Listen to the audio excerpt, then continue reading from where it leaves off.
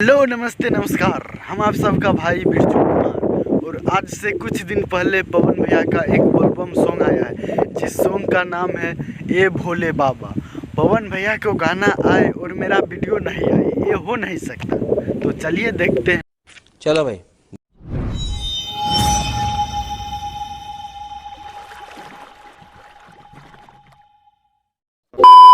आप लोग इस गाना का एक एक लाइन सुनिए।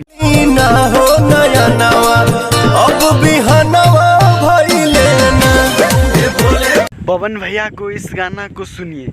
इस गाना को सुनकर वाकई लगता है कि वाह क्या गाना है। बोलबम में तो ऐसा ही गाना होना चाहिए। आप लोग इस गाना को वीडियो क्वालिटी देखिए, कितना बहुत मस्त है। सावन के लिए यही वीडियो क्वालिटी होना ही चाहिए जो पवन भैया ने किया है। ठीक है। दर्शन करे खातिर भगतन के जुटनवा भइले ना। दर्शन करे भगतन के जुटनवा अइले ना।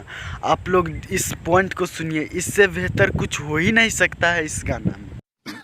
सही पकड़े हैं। और सबसे खतरनाक तो ये देखिए, वीडियो का बैकग्राउंड कैसे पूरा चमचमाता हुआ दिख रहा है। हम आप लोग को एक बात बताना चाहता हूँ, आप लोग हमारे बात को मानिएगा या नहीं मानिएगा। हमारे हिसाब से भोजपुरी में ऐसा गाना पहली बार ही हुआ है।